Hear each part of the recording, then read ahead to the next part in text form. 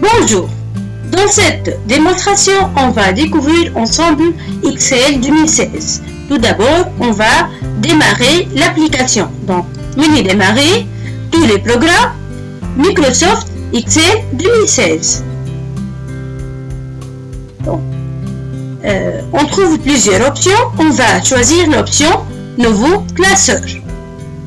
Donc, comme vous voyez ici, c'est l'interface d'accueil de notre logiciel. Donc, cette interface, elle est composée par plusieurs barres. La première, c'est la barre du titre. Dans cette barre, on trouve le nom de l'application, c'est Excel, et le nom du fichier, c'est classeur 1. À gauche, on trouve la barre d'accès rapide. Cette barre, elle contient par défaut 3 commandes. Commande pour enregistrer, commande pour annuler la dernière opération et une commande pour rétablir la dernière opération. On peut modifier cette barre ou bien personnaliser cette barre en cliquant ici sur la petite flèche. Donc voilà, on trouve ici d'autres commandes. Par exemple, on peut ajouter ou bien modifier une commande ou bien supprimer une commande. Par exemple, on peut ajouter la commande nouveau. Voilà, donc il est ajouté ici. Donc, comme deuxième barre, on trouve la barre des onglets. Donc, onglet fichier, accueil, insérer, mise en page, formule, données, révision et enfin affichage. Donc là, l'onglet fichier dans lequel on peut créer un nouveau classeur, ouvrir un classeur déjà existant ou bien déjà créé, enregistrer un classeur, imprimer un classeur et bien sûr d'autres choses. L'onglet accueil, c'est l'onglet dans lequel on trouve les outils ou bien les fonctions de base d'Excel 2016. L'onglet insérer, dans lequel on peut insérer des objets, bien sûr comme les tableaux croisés dynamiques, des illustrations, des graphiques, ainsi de suite. L'onglet mise en page, dans lequel on peut modifier les caractéristiques de notre page. Par exemple, on peut modifier l'orientation et bien sûr d'autres choses. L'onglet fournir, c'est l'onglet qui regroupe toutes les fonctions existantes sur Excel. L'onglet données, l'onglet qui contient les fonctions avancées d'Excel 2016, par exemple le filtrage ou bien tri d'une liste de données et ainsi de suite.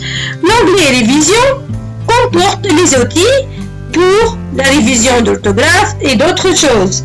Et enfin, on a l'onglet affichage, c'est l'onglet dans lequel on peut modifier l'affichage de notre feuille de calcul. Donc, vous voyez ici qu'à chaque fois, je modifie l'onglet, donc le ribbon ici va être modifié. Donc, chaque ribbon, il contient des groupes. Et chaque groupe, il contient un ensemble de commandes. Par exemple, l'onglet accueil, elle contient le groupe. Dans son ribbon, on trouve le groupe presse-papier, police, alignement, nombre, style, cellule et édition. Donc, et chaque groupe, il contient un ensemble de fonctions.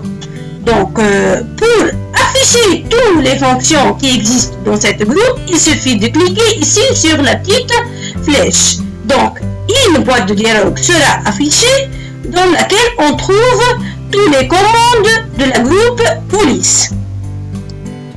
Donc, comme troisième barre, c'est la barre de formule. Donc, c'est la barre qui caractérise Microsoft Excel 2016. Dans cette zone, c'est la zone de travail. Il est composé par des colonnes nommées A, B, C, D, E, F, ainsi de suite, et des lignes numérotées 1, 2, 3, 4, 5, 6, ainsi de suite. L'intersection entre une colonne et une ligne donne une cellule. Par exemple, l'intersection entre la colonne C et la ligne 5 donne la cellule C5. C'est la référence de cette cellule ou bien l'adresse de cette cellule.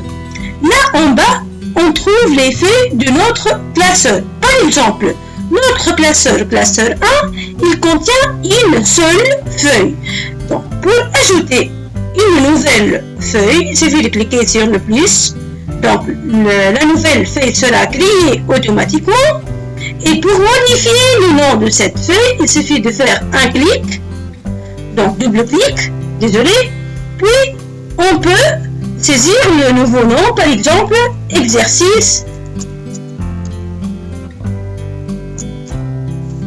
1. Puis, je valide par entrée. Donc là, comme dernière barre, on trouve la barre d'état. C'est la barre qui contient l'état de notre document. Donc, voilà, notre démonstration est terminée. J'espère que vous avez une idée claire sur l'interface d'accueil d'Excel 2016. Merci, à la prochaine démonstration.